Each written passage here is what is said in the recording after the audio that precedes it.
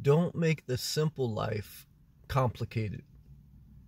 What do I mean by that? I mean, there is a huge temptation to think that you are beginning to live the simple life, but really what you are falling into is the consumerism trap of the simple living stuff.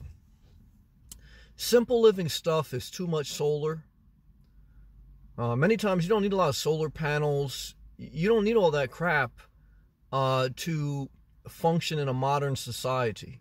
Unless you plan to live totally isolated in a desert where you get plenty of sunshine and you're not going to be leaving and you have batteries. And all. If you're going to be in somewhat modern areas, you don't need solar. If you are going to get into a new lifestyle of downsizing, of living a more simplified, streamlined life, many times you don't need a new vehicle. You just need to redesign your current vehicle. Maybe fold down your back seats, fold forward your passenger seat, or remove seats and redesign your current car to live the simple life. Because if you get a new car because you want bigger space or a certain setup, that complicates life. I'm not against anyone doing whatever they want for them, because you should have that freedom. But I've made this observation in living a very simple life. The past 2 years I've lived out of my car with no solar. I use the current car I have. I don't have an elaborate cooking setup. I don't have a refrigerator. I don't have a travel trailer. I don't have an RV. I don't have a storage unit. I have one bag of belongings and a sleeping bag. And I also got a boogie board. I mean, you got a little fun. But what I'm sharing with you is there's many people that like the idea of the simple life, but they get caught in the consumerism of the simple life. And I think many people like to work themselves up in doing a van build and work themselves up with the idea of living on the road, but they haven't really spent a considerable amount of time on the road living a simple life. I think when you transition to live a simple life, I think you should start very simple and spend some time living in your car, living in your van, living in your RV, living in a tiny house before you start retrofitting it and acquiring things to make it more of your home. I think many times in life you should just do something for a while, and then as you go, add layers if you need. Because what I've learned in downsizing and really living the simple life, I live just about as simple as you can live. I own one car and one bag of belongings. That's it. And that's all I've owned for 2 years. I've lived in extreme cold climates in New Jersey in the winter and extreme hot climates in the summer in Florida. And nothing needed to change. I didn't have to go out there and buy a super solar with an Arctic fan with a gas range that hooks up to my battery.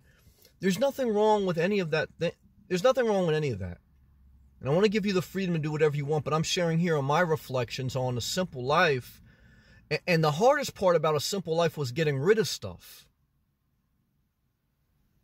You know, the hardest part for me in selling my house, that's number one, and two is throwing out all the belongings I spent years acquiring, whether it was clothes, hand-me-downs, furniture, whatever. The hardest part about the simple life is throwing stuff away, is separating yourself from the conforming way of living and all the trappings that it brings you.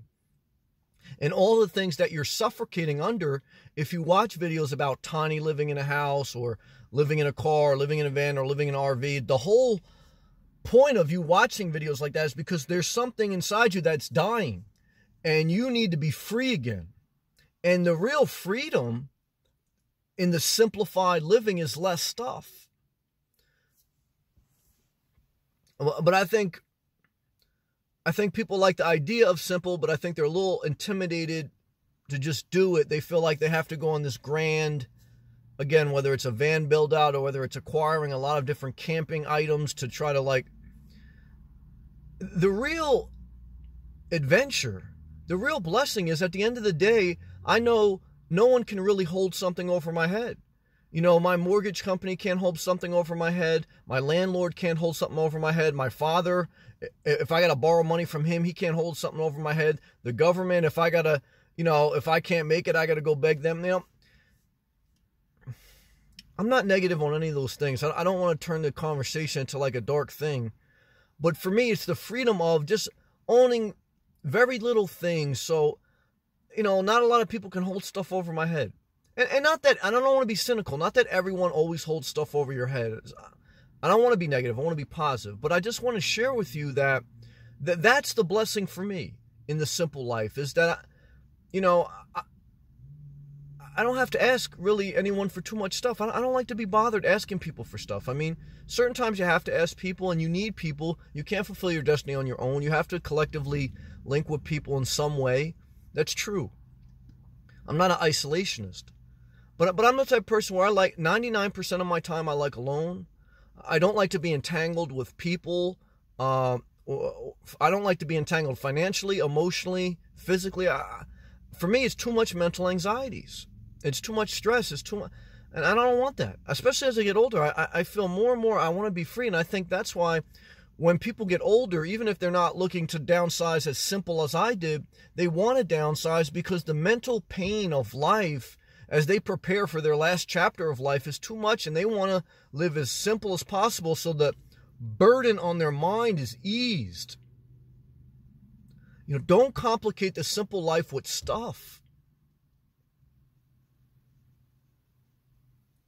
The simple life is getting rid of stuff and taking an evaluation of your life and spending more time and more of your resources doing things in life you love. And if you find that once you start on this road to the simple life that you love to have a nicer van or a RV or whatever, you should do that. I mean, and you should do that even if you want to do it initially. I don't want to, as I get older too, I kind of try to remind myself, I don't want to start to tell you how to live, but I have to also share how I look at life and how I look at this lifestyle, the simple lifestyle. I look at it as, I want it as simple as possible.